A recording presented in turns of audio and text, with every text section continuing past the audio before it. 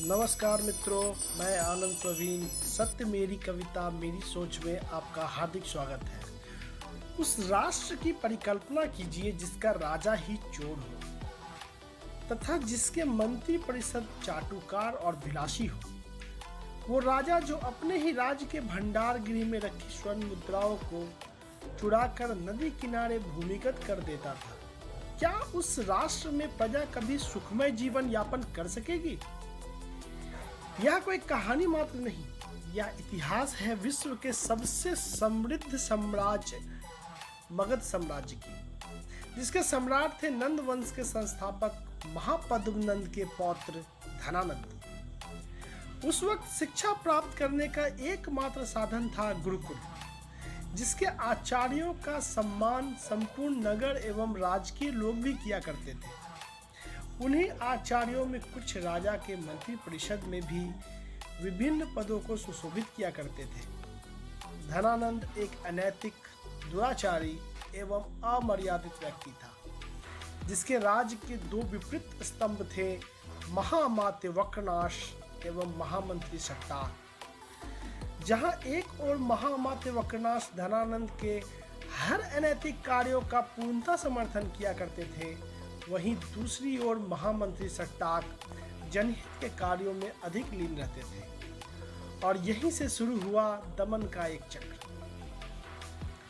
कहते हैं समझदार को कभी अपने से समर्थ के साथ नहीं भिड़ना चाहिए। फिर धनानंद तो राजा था, महामंत्री व्यक्तिगत तौर पर कट्टर राष्ट्रभक्त थे और राष्ट्र के आगे वो सम्राट से भी लड़ने को तैयार खड़े थे। दूसरी ओर कोई और था जो मगध में हो रहे अत्याचारों को बहुत करीब से देख रहा था और अन्याय के खिलाफ बिगुल बजाने की तैयारी में था। उनका नाम था आचार्य चाणक्य, जिनके पुत्र को हम विष्णुगुप्त, चाणक्य, कौटिल्य के नाम से जानते हैं। यह कहानी है उसी राष्ट्र निर्माता की जिसने अपने बुद्धि बल से संपूर्ण राष्ट्र का एकीकरण किया तथा नींव रखी भारत के प्रथम शक्तिशाली राजवंश मौर्य साम्राज्य की, जिसके राजा हुए आचार्य चाणक्य के परम भक्त एवं शिष्य महान सम्राट चंद्रगुप्त मौर्य। और इतिहास आगे बढ़ने वाला था। आचार्य चाणक्य के जीवनी के संदर्भ में प्रथम भाग में प्रस्तुत मेरी यह कविता, जो मगध के प्रारंभिक समय के दर्शन को दिखाता है, पसंद आने पर जरूर लाइक, कमेंट और शेयर करें। है मगध ये फंसा हुआ नंदों के चंगुल में, गुरुकुल शिक्षा फंसी हुई राजनीति के दंगल में। चापलूसों की फौज खड़ी, श्रेष्ठ महामात्य वक्रनाश, इनके कृत्यों से गुरुओं में घट रहा था विश्वास। अपने राज्य की स्वर्ण मुद्रा गंगा तट पर छिपाए, निर्लसता से परिपूर्ण वो धनानंद कहलाए।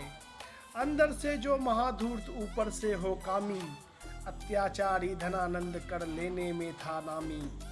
पूरे मंत्रिमंडल में सिर्फ एक ही मंत्री खास, जन जन के अंदर बैठा महामंत्री पर विश्वास।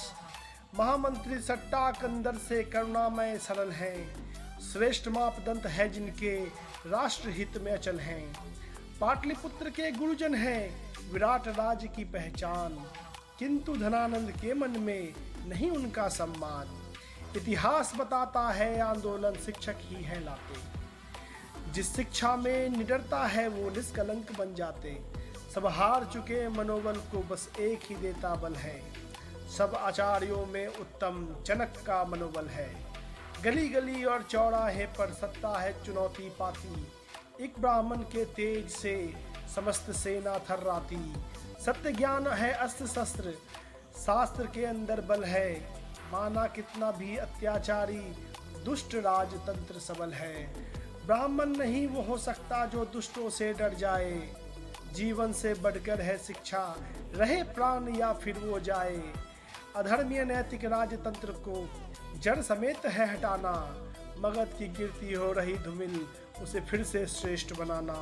मगध की कीर्ति हो रही धूमिल, उसे फिर से श्रेष्ठ बनाना। धन्यवाद। उम्मीद है आपको यह कविता पसंद आई होगी। चाणक्य पार्ट 2 के लिए जल्द आपके सामने मैं दूसरी कविता लेके प्रस्तुत होऊंगा। तब तक के लिए धन्यवाद।